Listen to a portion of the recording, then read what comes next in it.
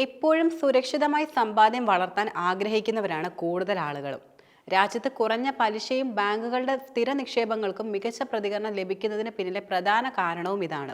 ആഗോള സമ്മർദ്ദങ്ങളും പണപ്പെരുപ്പവും ഇന്ത്യൻ ഓഹരി വിപണികളെ പ്രതിസന്ധിയിലാക്കുന്ന സമയം കൂടിയാണിത്. പലരും കൂടുതൽ നഷ്ടം ഭയന്നുകൊണ്ട് വർഷങ്ങളുടെ നിക്ഷേപങ്ങൾ നഷ്ടത്തിൽ പോലും വിൽക്കുന്നുവെന്നും നിലനിൽക്കുന്ന ഒരു യാഥാർത്ഥ്യമാണ്. പക്ഷേ ഏതൊരു ഇറക്കത്തിലും ഒരു കയറ്റമുണ്ട്. ആഗോളതലത്തിൽ ഇപ്പോഴും പ്രതീക്ഷ നൽകുന്ന വിപണിയെ നിലനിൽക്കുന്നത് യഥാർത്ഥത്തിൽ ഇന്ത്യയുടേതാണ്.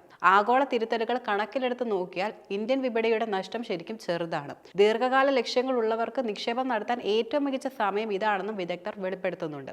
ഓഹരി വിപണികളിലെ അല്പം കൂടി സേഫ് നിക്ഷേപ ഓപ്ഷൻ എന്നറിയപ്പെടുന്ന ഒരു സിസ്റ്റമാറ്റിക് ഇൻവെസ്റ്റ്മെന്റ് പ്ലാൻ തുടങ്ങുന്നതാണ് ഏറ്റവും നല്ലത്.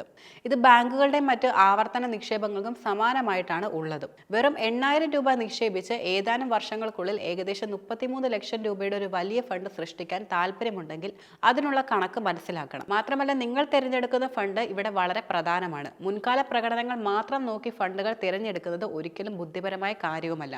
അതുകൊണ്ട് തന്നെ നിക്ഷേപത്തിന് ഒരു വിദഗ്ധന്റെ സഹായം തേടുന്നതിൽ ഒരു തെറ്റുമില്ല.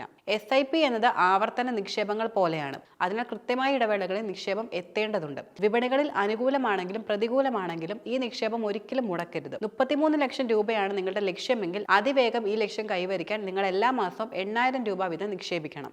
ആകെ 15 വർഷത്തേക്ക് നിങ്ങൾ എല്ലാ മാസവും 8,000 രൂപ നിക്ഷേപിക്കുന്നുവെങ്കിൽ നിങ്ങളുടെ നിക്ഷേപത്തിന് പ്രതിവർഷം 10% വരുമാനം ലഭിക്കുമെന്ന് പ്രതീക്ഷിക്കാൻ കഴിയും. 15 വർഷം കഴിയുമ്പോൾ നിങ്ങളുടെ അക്കൗണ്ടിൽ ആകെ 33,43,394 രൂപ ഉണ്ടാകുമെന്നും മ്യൂച്വൽ ഫണ്ട് കാൽക്കുലേറ്റർ വെളിപ്പെടുത്തുന്നുണ്ട്. ഇത് ബാങ്കുകളും മറ്റ് സ്ഥിര നിക്ഷേപങ്ങളും വാഗ്ദാനം ചെയ്യുന്ന പലിശയിൽ വളരെ മുകളിലാണ് നിലനിൽക്കുന്നത്. അതേസമയം തന്നെ മ്യൂച്വൽ ഫണ്ട് നിക്ഷേപങ്ങൾ വിപണികളിലെ അപകട സാധ്യതകൾക്ക് വിധേയമാണെന്ന കാര്യം ഒരിക്കലും മറക്കരുത്. അതുകൊണ്ട് തിരഞ്ഞെടുക്കുന്ന ഫണ്ട് മികച്ചതായിരിക്കണമെന്നും ഓർക്കണം.